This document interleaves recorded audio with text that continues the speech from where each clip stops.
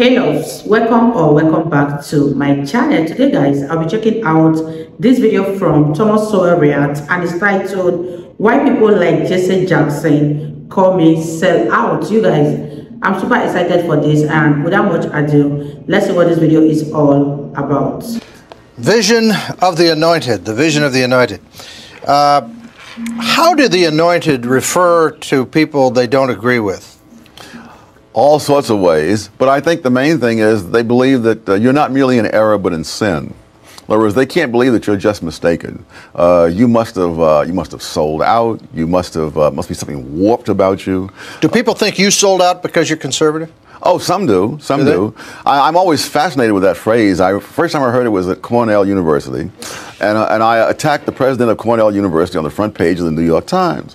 I wondered, now, if I'm selling out, who am I selling out to if I'm attacking the president of Cornell University? What brownie points will I get for that as an assistant professor on a 3-year contract? Yeah, this is not good. Yeah. No. And the other thing that always gets me is that the people who are supposed to have sold out typically have less money than the ones who are making the accusation. Years ago, that's always true. I remember some student wrote to me and I said, what you need to do is make a list of all the blacks on your campus that you think have sold out.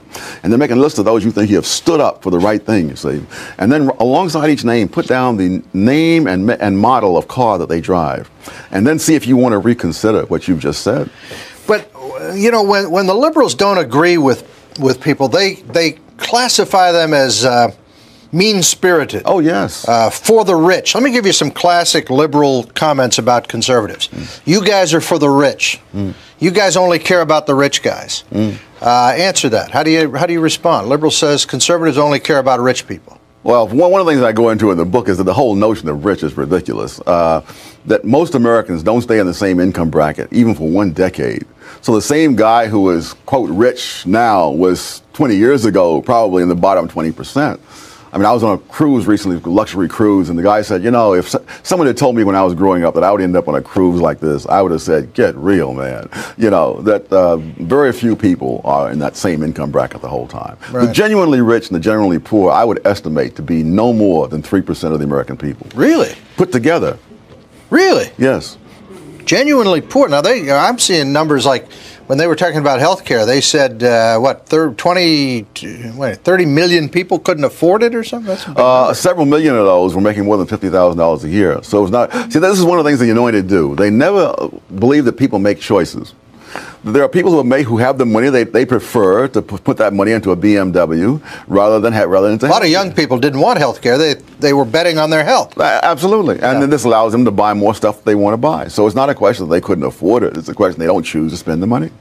Yeah. What about mean-spirited? Conservatives are mean-spirited. They're bigots. They don't like people. Well, you know, one of the things I tell people say, you know, you're a very tough person. I'm not tough. Life is tough. I'm merely trying to acquaint you with those facts. What kind of a father were you? Tough? Well, now, I've never done a poll among my children, fortunately, probably. But I have been called the last of the Victorian parents. Oh, really? Yes. I am not one who believes that the kids should be given unlimited indulgence, and I think I can safely say that mine were not. Were you too tough? In other words, did they rebel? Don't kids go through a rebellious period? How did you deal with that? Oh, I don't know. I'm not sure. I just said, here's what you should do, and that's it. When the kid's away in college and he's not he's messing up, I simply say there'll be no more money. And that's good. Yes, it sort of gets their attention. Yeah, absolutely, right. Absolutely. Yeah. You know, back in the '60s, Lyndon Johnson announced a war on poverty. Am I wrong? But there are more poor people. I mean, in other words, today than there were then. Yes. Yeah, there are more poor people. Yes. I mean, this was a hell of a war. We lost it apparently because for the last 30 years we've been dumping money into these poverty programs. Oh, absolutely. Where's the money go? Oh, it supports a whole industry of people who run those programs, who talk about those programs, research those programs, bureaucrats, and so on. Doesn't help poor people. No. I went to Harlem in the '60s when John Lindsay was mayor of New York, and there's some things needed fixed, and they talked about fixing them, and so everybody voted for these programs. You go up there today, you've got the same problem. Oh, yeah. You've got them worse in most places. The tragedy, you see, is that the Anointed really want to make symbolic statements. And running these programs makes those symbolic statements. They don't really care if in the wake of affirmative action, for example, companies start locating away from minority communities so they don't get involved in legal action. They don't care about that. They've made their statement on the side of the angels, and that's what's important. Wow, you guys, what an interesting conversation with Thomas Sowell. What are your thoughts on this video? Because the reason why so many people are where they are today and not going to the top is because of those people who are at the top, who are supposed to be in the position of helping those below them. But at the end of the day, they amass whatever provision that is being provided for these people that are below them, and they themselves in turn gets richer. And as for the question of if Thomas Sowell is a sellout to his community, what are your thoughts? Do you think he's a sellout? Leave your thoughts in the comment section down below, and let's continue watching, you guys. Have you ever debated Jesse Jackson? No, I haven't. Is that because, would you like to, or would he not want to do that? I have no idea. I have no idea. You'd be willing to, I assume. Oh, maybe. I don't know. You think that's too much showbiz? It is. You know, there are people who go and do this, and I'm doing less and less of it. And I tell them the story of an African boxing champion who fought an Irishman in St. Patrick's Day in Dublin. And he lost his title on what the sports writers called a questionable decision. Yes. And so you have to know what forum you're talking about. Right. I saw Shelby Steele on with him, and I said, you know, if Jesse Jackson and Shelby Steele each had to present a 2-hour lecture to an audience with an average IQ of 120, Shelby would wipe him out. But if they had 5 seconds each on Donahue, it would be Jesse Jackson all the way. Right. So everything depends upon the forum. Is Jesse Jackson good for African Americans or not? He's not. Good for himself. Good for himself. And that's true of most ethnic leaders in most groups, in most countries, in most periods of history. That what will serve his interest is to keep people paranoid, dependent upon him, dependent upon government.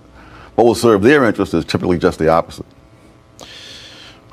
That's pretty interesting. So you're saying that the leaders, whatever group, leader, wants the people to be poor and dependent on them as opposed to dependent on themselves. Oh, absolutely. And you see this in the greatest cynicism in the academic world, where in many places, black organizations on campus have a say on who gets admitted. And they have turned down blacks with excellent credentials, both as students and as faculty members, for that very reason. Yeah. Who are the mascots of the anointed? You talk about the mascots of the anointed. They're people whom they choose to back and whose rights are supposed to override other people's rights. The homeless are a classic example. I'm appalled when I see people out there in the street giving money to the home. I mean, able-bodied men. I think one of the classic pictures to me was in San Francisco when there was this able-bodied white man out in the street begging, and there's this black lady coming along there, very modestly dressed, like she didn't have, but she's stopping to open her purse to give him some money, you know. And I thought, good heavens, have we really come to this? And we've been brainwashed by the anointed into thinking this is what we ought to do. What do you say to guys who bum money off of you? Not all of it can be repeated on the air, but the fact is they don't get any money. They don't. And people who complain now about all these people begging in the street, there's a simple answer. Don't give them money, and they won't be in the street. Exactly. But isn't that hard-hearted? And as a conservative, doesn't that make you a cruel, hard-hearted, non-compassionate person? I'm depriving them of their booze and drugs. That's really what you believe? Yes. Now, would you help somebody if you knew it was going for food? Yeah, in fact, I must confess that just recently I did give out some money to an elderly lady in St. Petersburg, Russia, because I'm told that they've been devastated by the fact that their pensions have been ruined by the inflation that they've had over there. And so there are people, you know, like that. But now we have a program. Not an able-bodied guy walking up to you. No, good heavens. Some of these guys look like they could be in the Olympics. That's true. Wow. Wow. The reason so many people misunderstand so many issues is not that these issues are so complex, but that people do not want a factual or analytical explanation that leaves them emotionally unsatisfied. They want villains to hate and heroes to cheer, and they don't want explanations that do not give them that. I think it's safe to say that Martin Luther's vision was perhaps a delusion, because people still prefer to judge people based on certain identities or certain groupings instead of individual character. It just so happens that at that point in history, the black skin color was the villain of choice. Today, thinking for yourself is the villain of choice, whether you're white or you're black, and nothing to do with your own character.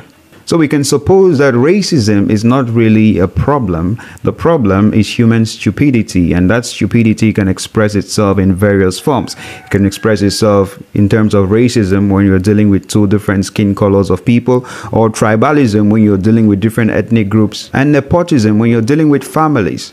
So, was it really a delusion, or we can still hope that that day will come where we judge each and every individual by the content of their character? Well, you let me know what you think about that in the comments below. If you enjoyed it, please give it a thumbs up, subscribe, hit that bell. If you're new to the channel, thank you for watching, and until the next one, stay free.